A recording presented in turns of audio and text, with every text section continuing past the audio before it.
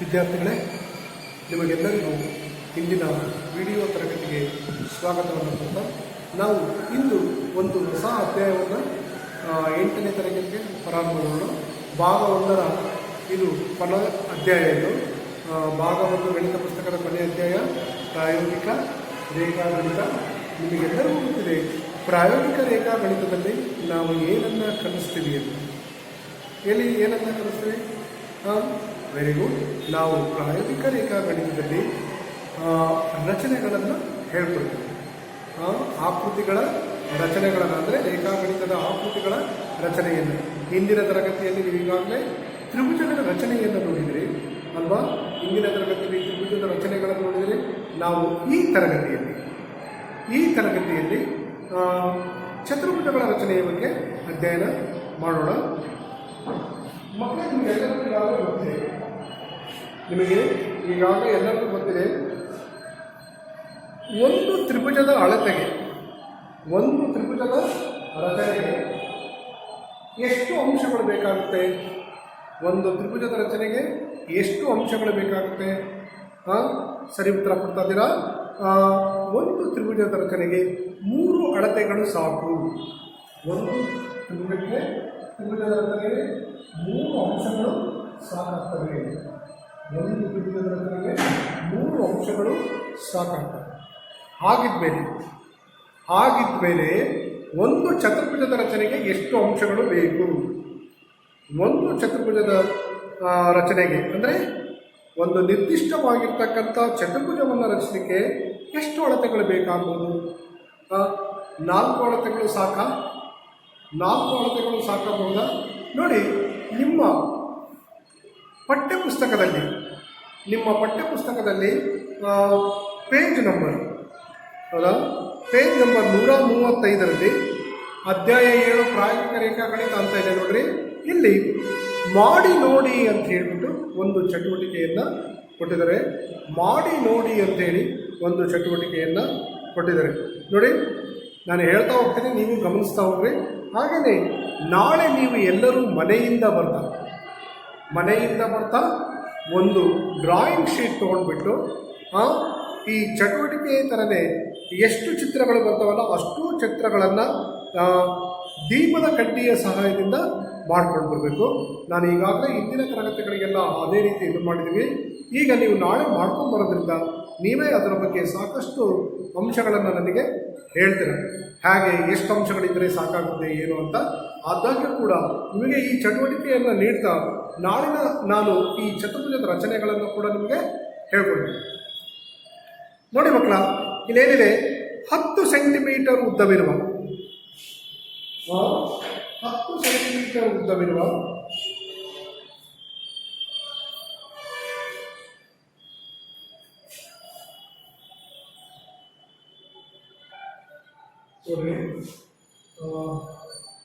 ಚಟುವಟಿಕೆ ಇದನ್ನು ಯಾವ ರೀತಿ ಮಾಡಬೇಕು ಅಂತ ನಾನು ಹೇಳ್ಬಿಡ್ತೀನಿ ಅಲ್ವಾ? 10 ಸೆಂಟಿಮೀಟರ್ ಉದ್ದ ಇರುವ 10 ಸೆಂಟಿಮೀಟರ್ ಉದ್ದವಿರುವ 2 ಕಡ್ಡಿ ಯಾವುದಾದ್ರು ತಗೊಂಡಿದ್ದು 10 ಸೆಂಟಿಮೀಟರ್ ಉದ್ದ ಇರುವ 2 ಕಡ್ಡಿ. ಅದೇ ರೀತಿ 8 ಸೆಂಟಿಮೀಟರ್ ಉದ್ದದ 2 ಕಡ್ಡಿಗಳನ್ನು ತೆಗೆದುಕೊಳ್ಳಿ. 8 ಸೆಂಟಿಮೀಟರ್ ಉದ್ದದ 2 ಕಡ್ಡಿ. ಸರಿನಾ? ಈ ರೀತಿ ತಗೊಂಡಿರ್ತಕ್ಕಂಥ ಕಡ್ಡಿಗಳನ್ನು ನೀವು ಆಯತಾಕಾರದಲ್ಲಿ ಈ ರೀತಿ ಜೋಡಿಸಿ. ಈ ರೀತಿ ತಗೊಂಡಿರ್ತಕ್ಕಂಥ ಕಡ್ಡಿಗಳನ್ನು ಆಯತಾಕಾರದಲ್ಲಿ ಈ ರೀತಿ ಜೋಡಿಸಬೇಕಾಗುತ್ತೆ. ಎಂಡ್ಸ್ ಆಫ್ ದಿ ಕಡ್ಡಿ 6 ಅಲ್ವಾ? ಇಲ್ಲಿ A, B, C, D. ಸರಿನಾ? ಈ ರೀತಿ ತಗೊಂಡಾದ್ಮೇಲೆ ಮುಂದೆಂದು ಈ ಕೊಟ್ಟ 4 ಅಳತೆಗಳಿಂದ ಅಂದರೆ ಈ 4 ಕಡ್ಡಿಗಳನ್ನು ನಾವು ಸೇರಿಸಿದಾಗ ಆಯತಾಕಾರ ಉಂಟಾಗಿದೆ ಅಲ್ವಾ? ಈಗ ನೋಡಿ, ಈ ಕೊಟ್ಟ 4 ಅಳತೆಗಳಿಂದ ಈ ಆಯತವನ್ನು ನಾವು ರಚಿಸಿದ್ದೀವಿ. ಈಗ ಈ ಕಡ್ಡಿ ಆಕೃತಿಯ ಅಗಲವನ್ನು ಹಿಡಿದು ಬಲಗಡೆಗೆ ತಳ್ಳಿ ನೋಡ್ರಿ. ಈ ಕಡ್ಡಿ ಆಕೃತಿಯಲ್ಲಿ ಈ ಬಲಗಡೆ ತಳ್ಳಿದ್ರೆ ಏನಾಗುತ್ತೆ, ಬಲಗಡೆ ತಳ್ಳಿದ್ರೆ ನಮಗೆ ಈ ರೀತಿಯ ಆಕೃತಿ ದೊರಕುತ್ತೆ. ಸರಿನಾ? ಈ ರೀತಿಯ ಆಕೃತಿ ನಮಗೆ ಇಲ್ಲಿ ದೊರಕುತ್ತೆ. ಬಲಗಡೆಗೆ ತಳ್ಳಿದಾಗ ಈ ರೀತಿಯ ಆಕೃತಿ ದೊರಕುತ್ತದೆ. ಪುನಃ ಇದು ಅಷ್ಟೇ, ಇದು 10 ಸೆಂಟಿಮೀಟರ್, ಇದು 10 ಸೆಂಟಿಮೀಟರ್, ಇದು 2 ಸೆಂಟಿಮೀಟರ್ ಇದೆ, ಇದು ಕೂಡ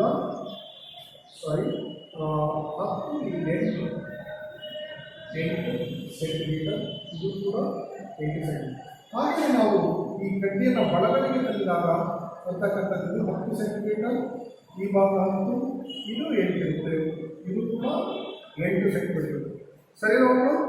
ಈಗ ಇದನ್ನು ನಾವು ಬಲಗಡೆಗೆ ತಳ್ಳಿದ್ವಿ, ಅದೇ ರೀತಿ ಇದನ್ನು ಎಡಗಡೆಗೆ ತಳ್ಳಿದಾಗ, ಅದೇ ರೀತಿ ಇದನ್ನು ಎಡಗಡೆಗೆ ತಳ್ಳಿದಾಗ ಏನಾಗುತ್ತೆ, ಎಡಗಡೆಗೆ ತಳ್ಳಿದಾಗ ಕೂಡ ಈ ರೀತಿಯ ಆಕೃತಿ ಉಂಟಾಗುತ್ತೆ. ಇಲ್ಲಿ ಈ ಬಾವು 8 ಸೆಂಟಿಮೀಟರ್, ಇದು 10 ಸೆಂಟಿಮೀಟರ್, ಇದು 10 ಸೆಂಟಿಮೀಟರ್. ಸರಿನಾ? ಈಗ ಅವರಿದ್ದಾರೆ ಇವೇನೆಲ್ಲ ಗಮನಿಸಿರೋರು, ಏನನ್ನ ಗಮನಿಸೋದಿದೆ, ನಾವು ಚತುರ್ಭುಜದ ರಚನೆಗೆ ಇಷ್ಟು ಅಂಶಗಳು ಸಾಕಾಗ್ತವ ಅಂತ ನಾವಿಲ್ಲಿ ಪ್ರಯತ್ನ ಮಾಡ್ತಾ ಇದ್ದೀವಿ ಅಲ್ವಾ? ಇದನ್ನು ನೋಡ್ತಾ ನೋಡ್ತಾ ಏನಾಯಿತು, ಹಿಂಗಂತ ತಕ್ಷಣ ಆ ಕಡೆ ಬಂತು, ಈ ಕಡೆ ಅಂತ ತಕ್ಷಣ ಈ ಕಡೆ ಬಂತು ಅಲ್ವಾ? ಅದಕ್ಕೆ ನಿರ್ದಿಷ್ಟ ಚತುರ್ಭುಜವನ್ನು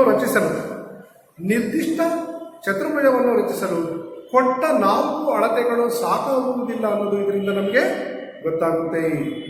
ಹಾಗಿದ್ದರೆ 5 ಅಳತೆಗಳು ಸಾಕಾಗ್ತವ? 5 ಅಳತೆಗಳು ಸಾಕಾಗ್ತವ? ಈಗ ನಾವೇನು ಮಾಡೋಣ, ಇಲ್ಲಿ 4 ಕಂಡಿಗಳಿಂದ 10 ಸೆಂಟಿಮೀಟರ್ ಇರ್ತಕ್ಕಂಥ 2 ಕಂಡಿಗಳು, 8 ಸೆಂಟಿಮೀಟರ್ ಇರ್ತಕ್ಕಂಥ 2 ಕಂಡಿಗಳನ್ನು ತಗೊಂಡ್ಬಿಟ್ಟು ನಾವು ಒಂದು ಆಯತವನ್ನು ರಚಿಸಿದ್ವಿ. ಈ ಚಿತ್ರ ಹಾಗೆ ಇರಬೇಕು, ಕಣ್ಣಿಗೂ ಕೂಡ ಅದು ಏನು ಆಗಬಾರ್ದು. ಆ ವಿಧಾನ ನಾವೇನು ಮಾಡಬೇಕು, ಬಿ ಮತ್ತು ಸಿಗೆ ಸರಿಯಾಗಿ ಒಂದು ಕಣ್ಣಿಗೆಲ್ಲ ನಾವು ತಗೊಂಡು ಜೋಡಿಸಿದರೆ ಏನಾಗುತ್ತೆ, ಆ ಆಯತ ಹಾಗೆ ಇರುತ್ತೆ.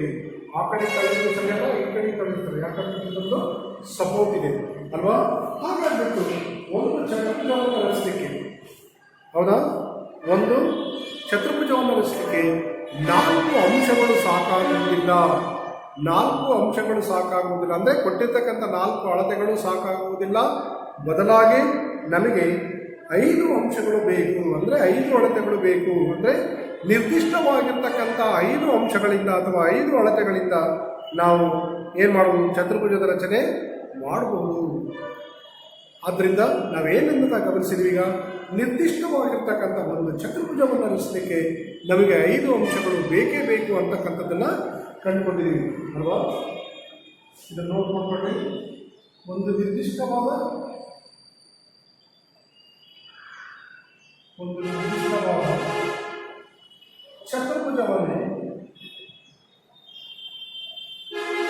ಚತುರ್ಭುಜವನ್ನು ರಚಿಸಲು 5 ಅಂಶಗಳು ಬೇಕು. 5 ಅಂಶಗಳು ಅಂದರೆ ಅಳತೆಗಳು.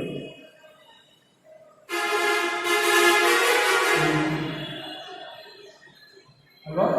ಅದೇ ನಾವು ತ್ರಿಭುಜವನ್ನು ರಚಿಸಲಿಕ್ಕೆ 3 ಅಂಶಗಳು ಸಾಕು ಅಂತ ಅಂದ್ಕೊಂಡಿದ್ವಿ. ಇಲ್ಲಿ ಒಂದು ಚತುರ್ಭುಜವನ್ನು ರಚಿಸಲಿಕ್ಕೆ ನಿರ್ದಿಷ್ಟವಾಗಿರ್ತಕ್ಕಂಥ 4 ಅಂಶಗಳು ಬೇಕು ಅಂತ ಇಲ್ಲಿ ಗೊತ್ತಾಗಿದೆ. ಈ ಒಂದು ಚಟುವಟಿಕೆಯನ್ನು ನೀವು ನಾಳೆ ದಿನ ತಪ್ಪದೆ ಎಲ್ಲರೂ ಡ್ರಾಯಿಂಗ್ ಶೀಟ್ ತೊಗೊಂಡ್ಬಿಟ್ಟು ಕಡ್ಡಿಗಳ ಸಹಾಯದಿಂದ ಈ ರೀತಿ ಇಷ್ಟು ಚಿತ್ರಗಳನ್ನು ನೀವು ಇದು ಕೊನೆಗೆ ಬರಬೇಕು, ಮತ್ತಿಬ್ಬರಿಗೆ ಆಯ್ತಾ ಇರಬೇಕಷ್ಟೇ. ಇದನ್ನು ಬರ್ಕೊಂಡ್ಬಿಟ್ಟು ಇಲ್ಲಿ ಒಂದು ನಿರ್ದಿಷ್ಟವಾದ ಚತುರ್ಭುಜವನ್ನು 5 ಅಂಶಗಳು ಬೇಕು ಅನ್ನೋದನ್ನು ನೀವು ನಾಳೆ ಎಲ್ಲರೂ ಬರ್ಕೊಂಡು ಬರಬೇಕು ಅಲ್ವಾ? ಬರ್ಕೊಂಡು ಬರ್ತೀರಪ್ಪ, ವೆರಿ ಗುಡ್, ಬರೀರಿ. ಈಗ ನಾವು ಹೋಗೋಣ.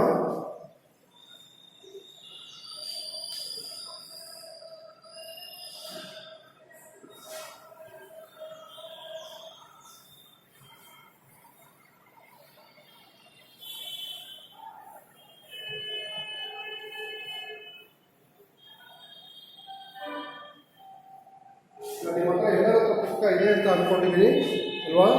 ಇಲ್ಲಿ ಪುಟ ಸಂಖ್ಯೆ ಸರಿಯಾಗಿ ನೀವು ನೋಡಿಕೊಂಡ್ರೆ ಗೊತ್ತಾಗುತ್ತೆ. ನೋಡಿರಿ ಇಲ್ಲಿದೆ ಅಲ್ವಾ, 135ರಲ್ಲಿ ಇದೆ ಹೌದಾ. 135 ಮೊದಲಿಗೆ ಆಯತ, ನಂತರ ಬಲಭಾಗ, ಎಡಭಾಗ, ನಂತರ ಬಲಭಾಗ ಮತ್ತು ಎಡಭಾಗಕ್ಕೆ ತಳ್ಳಿರ್ತಕ್ಕಂಥ ಚತುರ್ಭುಜದ ಚಿತ್ರಗಳಿವೆ. ಆದ ನಂತರ ನಾವು ಮುಂದಿನ ಪುಟದಲ್ಲಿ ಅಲ್ವಾ ಆಯತಕ್ಕೆ ಒಂದು ಕರ್ಣವನ್ನು ಜೋಡಿಸಿದ್ದೀವಿ. ಜೋಡಿಸಿದಾಗ ಈ ರೀತಿಯ ಆಕೃತಿ ಉಂಟಾಗಿರೋದನ್ನು ನೋಡ್ತೀವಿ. ಇದನ್ನು ಎಡಗಡೆ ಆಗಲಿ ಬಲಗಡೆ ಆಗಲಿ ತಳ್ಳಿದಾಗ ಇಲ್ಲಿ ಯಾವುದೇ ವ್ಯತ್ಯಾಸ ಆಗುವುದಿಲ್ಲ, ನಮಗೆ ಆಯತವೇ ಸಿಗುತ್ತೆ ಅನ್ನೋದು ಗೊತ್ತಾಗುತ್ತೆ. ಅಂದರೆ ಇಲ್ಲಿ 5 ಕಡ್ಡಿಗಳನ್ನು ಬಳಸಿದ್ದೀವಿ. ಅದೇ ರೀತಿ 5 ಅಂಶಗಳಿಂದ ನಾವು ಚತುರ್ಭುಜವನ್ನು ರಚಿಸ್ಬೋದು ಅಂತ ಇದು ತೋರಿಸುತ್ತೆ. ನಾಳೆ ಎಲ್ಲರೂ ತಪ್ಪದೇ ಚಟುವಟಿಕೆಯನ್ನು ಮಾಡ್ಕೊಂಡಿರಬೇಕು. ಈಗ ನಾವು ಮುಂದೆ ರಚನೆ ಹತ್ರ ಹೋಗೋಣ. ಚತುರ್ಭುಜದ ರಚನೆ. ಚತುರ್ಭುಜದ ರಚನೆ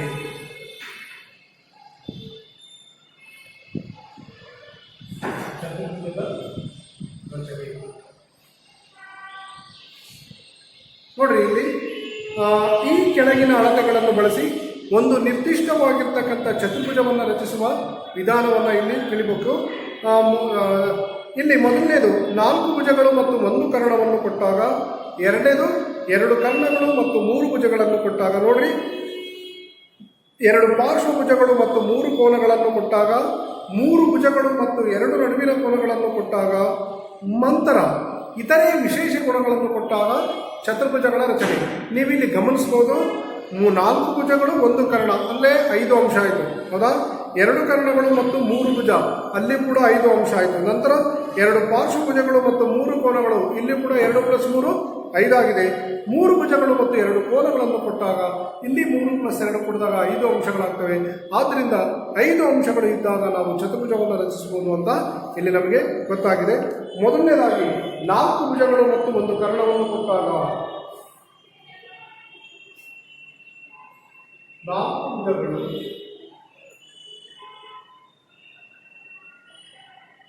ಮತ್ತು 1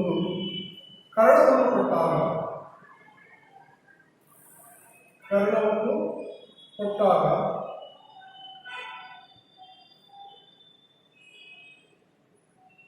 ಚತುರ್ಭುಜಗಳ ರಚನೆ. 4 ಭುಜಗಳು ಮತ್ತು ಕರ್ಣವನ್ನು ಕೊಟ್ಟಾಗ ಚತುರ್ಭುಜದ ರಚನೆ. ಉದಾಹರಣೆ 1 PQ = 4 centimetre, PQ = 4 centimetre, QR = 6 centimetre, QR = 6 centimetre, RS = 5 centimetre, PS = 5.5 centimetre,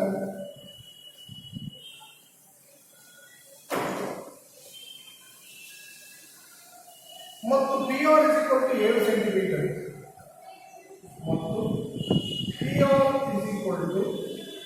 = 7 centimetre ಇರುವಂತೆ PQRS ಚತುರ್ಭುಜವನ್ನು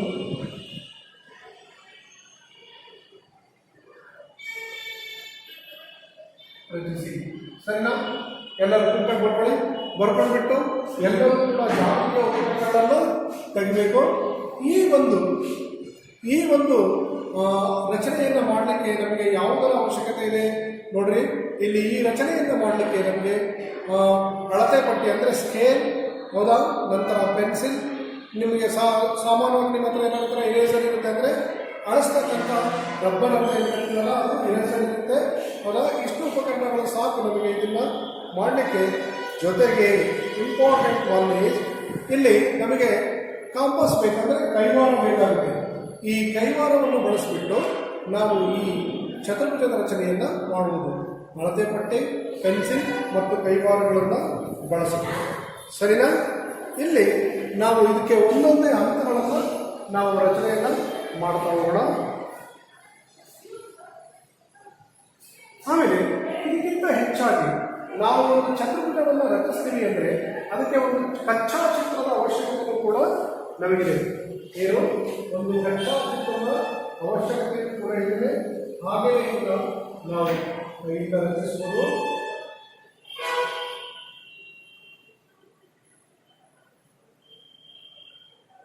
ಇದನ್ನು ಬರ್ಕೊಂಡ್ರೆ ನಮ್ಗೆ ಇನ್ನೂ ತುಂಬ ಸುಲಭವಾಗುತ್ತೆ. ಇದು ಪಿ ಅಂತ ಸಮಾನ, ಇದು ಆರ್, ಇದು ಎಸ್. ಸರಿನಾ? ಪಿ ಕ್ಯೂ ಎಷ್ಟಿದೆ? ಅದರ ಪ್ರಕಾರ 4 ಸೆಂಟಿಮೀಟರ್ ಇದೆ. ತುಂಬ ಸುಲಭ ನೋಡಿ. ಪಿ ಕ್ಯೂ ಇಸಿಕೊಂಡು 4 ಸೆಂಟಿಮೀಟರ್. ಕ್ಯೂ ಆರ್ ಎಷ್ಟಿದೆ? 6 ಸೆಂಟಿಮೀಟರ್ ಇದೆ. ನಂತರ ಆರ್ ಎಸ್ ಎಷ್ಟಿದೆ? 5 ಸೆಂಟಿಮೀಟರ್ ಇದೆ. ಹೌದಾ? ನಂತರ ಪಿ ಎಸ್ ಎಷ್ಟಿದೆ? 5.5 ಸೆಂಟಿಮೀಟರ್ ಇದೆ. ಉಳಿದ ಹಾಗೆ ಕಾರಣ ಪಿ ಆರ್ 7 ಸೆಂಟಿಮೀಟರ್ ಇದೆ. ಸರಿನಾ? ಈಗ ಇಷ್ಟನ್ನು ನಾವು ಮಾಡಿದ ತಕ್ಷಣವೇ ಈಗ ಮುಂದಕ್ಕೆ ನಾವು ಚತುರ್ಭುಜವನ್ನು ರಚಿಸೋಣ.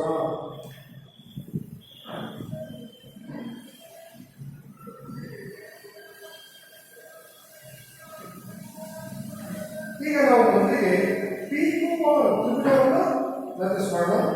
ಇದರ ಪ್ರಕಾರ ಪಿ ಕ್ಯೂ ಆರ್ ತ್ರಿಭುಜವನ್ನು ರಚಿಸೋಣ. ಹಾಗಿದ್ಮೇಲೆ ಮೊದಲಿಗೆ ನಾವು ಪಿ ಆರ್ 7 ಸೆಂಟಿಮೀಟರ್ ಅನ್ನು ಕೊಡೋಣ. ಪಿ ಆರ್ ಕೊಟ್ಟು ಎಷ್ಟಿರಬೇಕು ನೋಡೋಣ. ಸರಿಯಾಗಿ ಪಿ ಆರ್ 7 ಸೆಂಟಿಮೀಟರ್.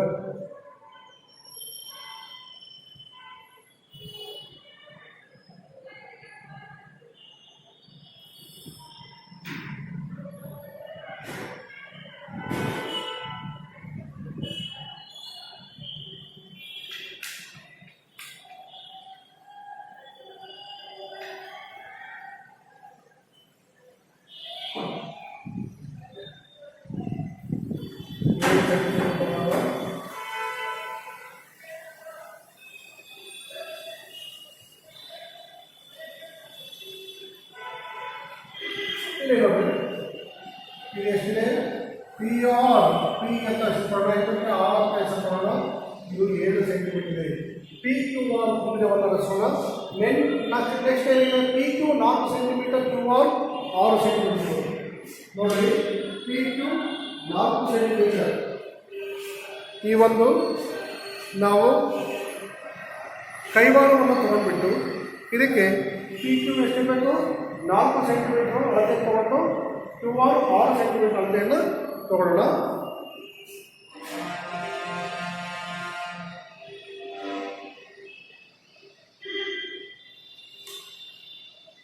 ನೋಡಿ ಮಕ್ಕಳ, ಇದು ಪಿ ಕ್ಯೂ ಅಳತೆ. ಇದು ಎಷ್ಟಿದೆ? 4 ಸೆಂಟಿಮೀಟರ್ ಇದೆ. ಒಂದು ಕಂಸವನ್ನು ಇರೋಣ. ಅದೇ ರೀತಿ ಕ್ಯೂ ಆರ್ ಎಷ್ಟಿರಬೇಕು? 6 ಸೆಂಟಿಮೀಟರ್ ಇರಬೇಕು. ಕ್ಯೂ ಆರ್ ಎಷ್ಟಿರಬೇಕು? 6 ಸೆಂಟಿಮೀಟರ್ ಇರಬೇಕು.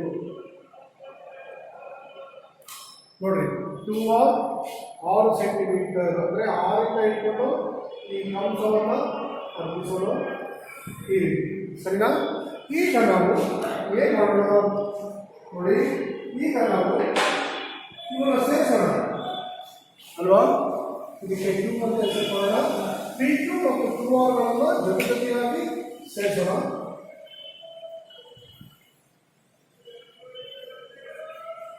ಈಗ ಕ್ಯೂ ಆರ್ಗಳನ್ನು ಸೇರಿಸೋಣ.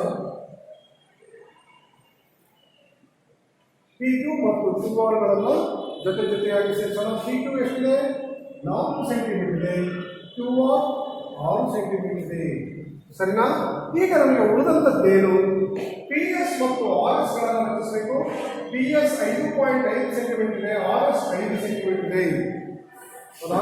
ಈಗ ನಾವು ಕೈವಾರಕ್ಕೆ 5.5 ಸೆಂಟಿಮೀಟರ್ ತಗೊಳ್ಳೋಣ.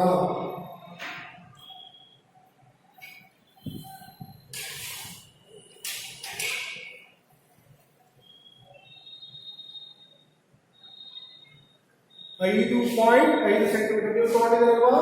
ನನ್ನ ಜೊತೆಗೆ ರಚನೆ ಮಾಡ್ತಾ ಬನ್ನಿ. ಇದು 5.5 ಸೆಂಟಿಮೀಟರ್. ಸರಿನಾ? Next S R 5 centimetre. S R ಇರಬೇಕು 5 ಸೆಂಟಿಮೀಟರ್ ಇರಬೇಕು.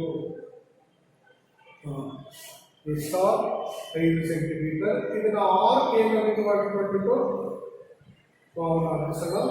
ಇದು ಎಷ್ಟಾಯಿತು? ಇಲ್ಲಿ ಎಸ್ ಅಂತ ಕೊಡೋಣ. ಈಗ ನಾವೇನು ಮಾಡಬೇಕು, ಇಲ್ಲಿ ಪಿ ಎಸ್ ಮತ್ತು ಆರ್ ಎಸ್ಗಳನ್ನು ಜೊತೆಯಾಗಿ ಸೇರಿಸಬೇಕು. ಪಿ ಎಸ್ ಮತ್ತು ಆರ್ ಎಸ್ಗಳನ್ನು ಜೊತೆಯಾಗಿ ಸೇರಿಸಬೇಕು. ಪಿ ಎಸ್ ಮತ್ತು ಆರ್ ಎಸ್ಗಳನ್ನು ಜೊತೆಯಾಗಿ ಸೇರಿಸಬೇಕು. P S 5.5 centimetre, R S 5 centimetre ಇದೆ ಅಲ್ವಾ ಮಕ್ಕಳ? ಈಗ ನೋಡಿ, ನಮಗೆ ಬೇಕಾಗಿರ್ತಕ್ಕಂಥ ಚತುರ್ಭುಜ ರೆಡಿಯಾಯಿತು.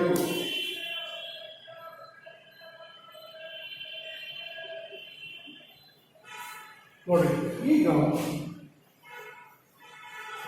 ಪಿ ಕ್ಯೂ ಆರ್ ಎಸ್ ನಮಗೆ ಬೇಕಾದ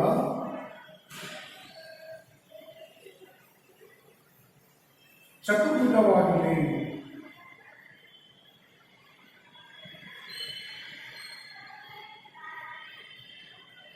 ನಮಗೆ ಬೇಕಾದ ಚತುರ್ಭುಜವಾಗಿದೆ.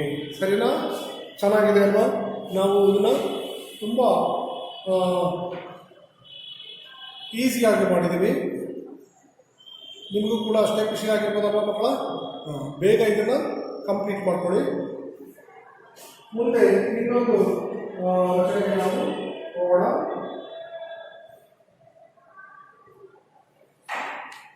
ನೋಡ್ರಿ, ಇದಕ್ಕೆ ಬೇಕಾಗಿರ್ತಕ್ಕಂಥ ನೀವು ಇನ್ನೂ ಮಾಡಬೇಕಂದ್ರೆ ಅಭ್ಯಾಸ 7.1ರಲ್ಲಿ ನಿಮಗೆ ಸಾಕಷ್ಟು ಅಳತೆಗಳನ್ನು ಕೊಟ್ಟಿದ್ದಾರೆ. ಹೌದಾ? ಅಳತೆಗಳನ್ನು ಕೊಟ್ಬಿಟ್ಟು ಚತುರ್ಭುಜದ ಒಟ್ಟು 4 ಚತುರ್ಭುಜಗಳನ್ನು ರಚಿಸಿ ಕೇಳಿದರೆ ಆ ಅಳತೆಗಳಿಗೆ ಅನುಗುಣವಾಗಿ ನೀವು ಚತುರ್ಭುಜಗಳನ್ನು ರಚಿಸ್ಬೋದು. ನಾವು ಮುಂದೆ ಹೋಗೋಣ. 2 ಕರ್ಣಗಳು ಮತ್ತು 3 ಬಾಹುಗಳನ್ನು ಕೊಟ್ಟಾಗ ಚತುರ್ಭುಜದ ರಚನೆ. ಅನಿಸ್ತಾ ಇದೆಯೇ?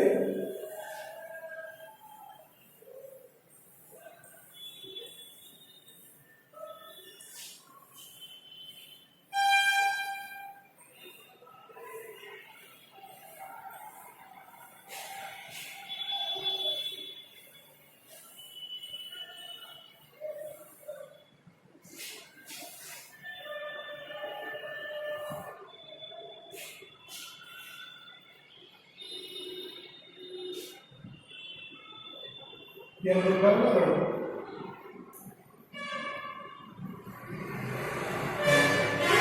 ಮತ್ತು 3 ಬಾಹುಗಳನ್ನು ಕೊಟ್ಟಾಗ ಮತ್ತು 3 ಬಾಹುಗಳನ್ನು ಕೊಟ್ಟಾಗ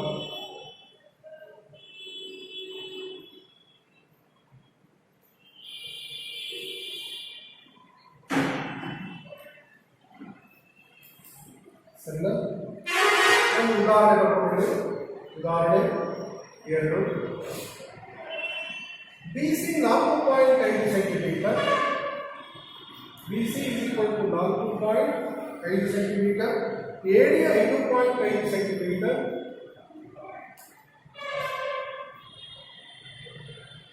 CD 5 centimetre.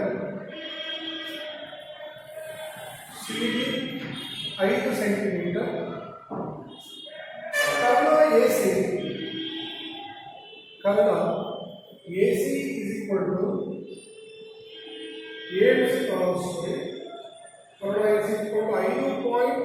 5.5 centimetre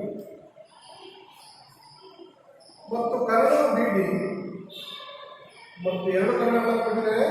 Karna BD = 7 centimetre ಇರುವ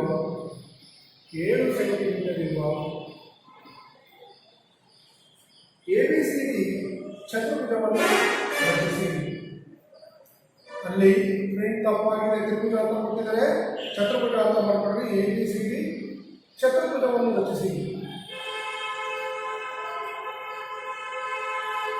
ABCD ಚತುರ್ಭುಜವನ್ನು ಇದಕ್ಕೂ ಒಂದು ನಾವು ಇಲ್ಲಿ ಕಚ್ಚಾ ಚಿತ್ರವನ್ನು ಬರ್ಕೊಳ್ಳೋಣ. ನೋಡಿ, ಇಲ್ಲಿ ನಮಗೆ ಯಾವಾಗಲೂ ಕಚ್ಚಾ ಚಿತ್ರ ತುಂಬ ಅನುಕೂಲವಾಗಿರುತ್ತೆ. ನಾವು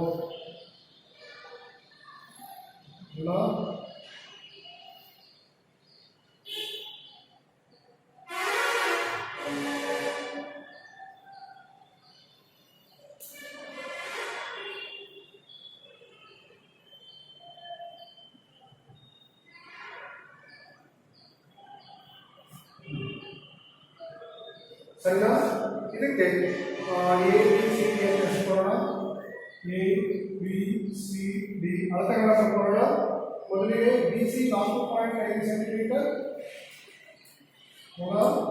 ಆಮೇಲೆ A D 5.5 centimetre, A D 5.5 centimetre, ನಂತರ ಸಿ ಡಿ 5 ಸೆಂಟಿಮೀಟರ್, ಆಮೇಲೆ Karna A C 5.5 centimetre, Karna A C ಇದು 5.5 ಸೆಂಟಿಮೀಟರ್, ಅದೇ ರೀತಿ ಕರ್ಣ ಬಿ ಡಿ ಇದು 7 ಸೆಂಟಿಮೀಟರ್. ಸರಿನಾ? ಈ ಅಳತೆಗಳನ್ನು ಹೊಂದಿರತಕ್ಕಂಥ ನಾವು ಚತುರ್ಭುಜವನ್ನು ರಚಿಸ್ಕೋಬೇಕು. ಮಾಡೋಣ, ಬೇರೆ ಬೇರೆ ರಚನೆಯನ್ನು ಮಾಡೋಣ. ಮೊದಲಿಗೆ ನಾವೇನು ಮಾಡೋಣ, ಪಾದ ಬಿಡಿ, ಮೊದಲಿಗೆ ತ್ರಿಭುಜ ಬಿ ಡಿ ಸಿಯನ್ನು ನಾವು ರಚಿಸಬೇಕಾಗುತ್ತೆ. ತ್ರಿಭುಜ ಬಿ ಸಿ ಡಿ ಅಥವಾ ಎ ಸಿ ಡಿಯನ್ನು ಕೂಡ ನೀವು ರಚಿಸಬಹುದು.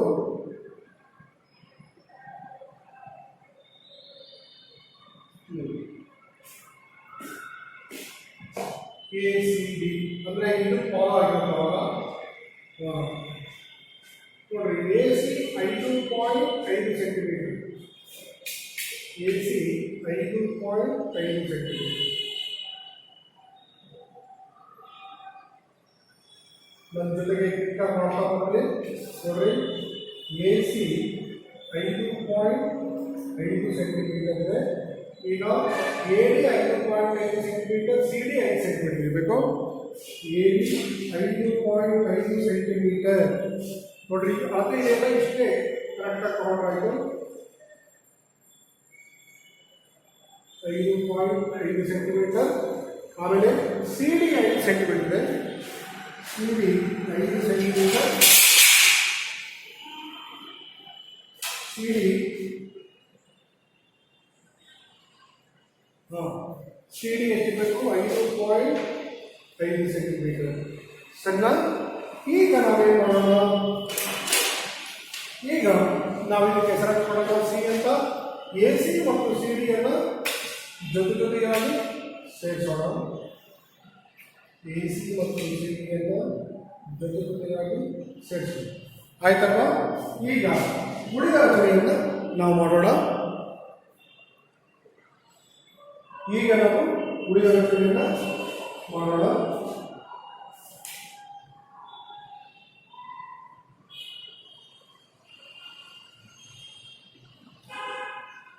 ಈಗ ನಮಗೆ ಏನು ಬೇಕಾಗಿದೆ ನೋಡ್ರಿ, ಎ ಸಿ ಡಿ ಆಯಿತು, B C 4.5 centimetre, A B 5.5 centimetre.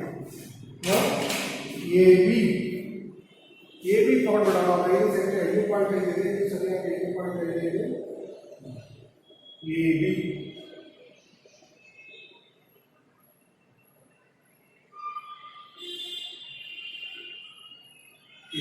B ಆಗಬೇಕಲ್ಲ,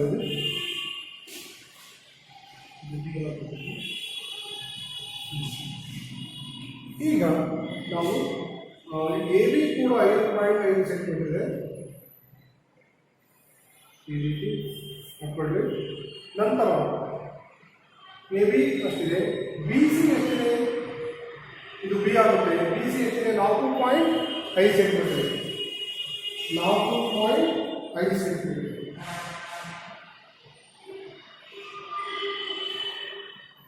ಇದು 4.5 ಸೆಂಟಿಮೀಟರ್ ಇದೆ. ಸಣ್ಣ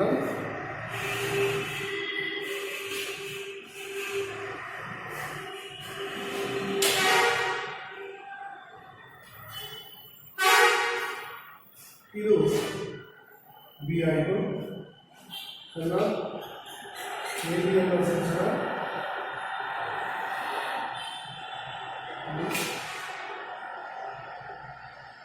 ಬಿ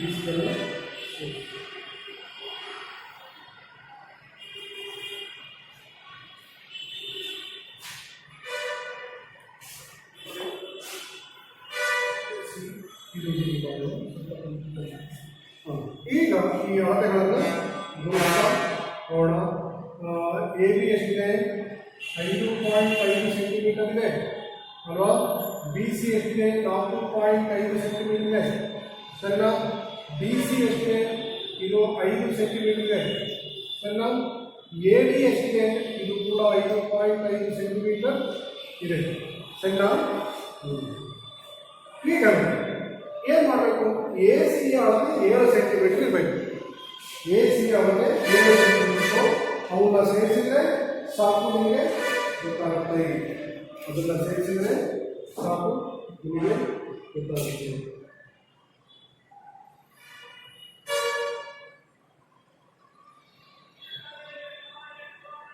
BD ಅಳತೆ 7 ಸೆಂಟಿಮೀಟರ್.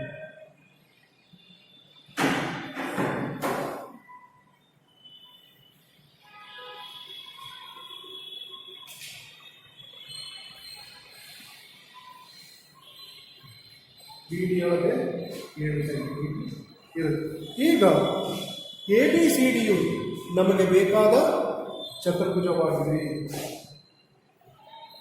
ABCDಯು ನಮಗೆ ಬೇಕಾದ ಚತುರ್ಭುಜವಾಗಿದೆ. ಸರಿನಮ್ಮ? ಇಂಟ್ರೆಸ್ಟಿಂಗ್ ಆಗಿತ್ತಲ್ವಾ? ಈಗ 7.2 ಅಭ್ಯಾಸ 7.2ರಲ್ಲಿ ಅಳತೆಗಳನ್ನು ಕೊಟ್ಟಿದ್ದಾರೆ. ಆ ಅಳತೆಗಳ ಅನುಗುಣವಾಗಿ ನೀವು ಇಲ್ಲಿ ಚತುರ್ಭುಜಗಳನ್ನು ರಚಿಸಬಹುದು. ಈ ವಿಧವಾದ ಇಲ್ಲಿಗೆ ಇಂದಿನ ತರಗತಿಯನ್ನು ಮುಗಿಸ್ತಕ್ಕಂಥ ಸಮಯ ಬಂದಿದೆ. ನಿಮಗೆಲ್ಲರಿಗೂ ಧನ್ಯವಾದಗಳು.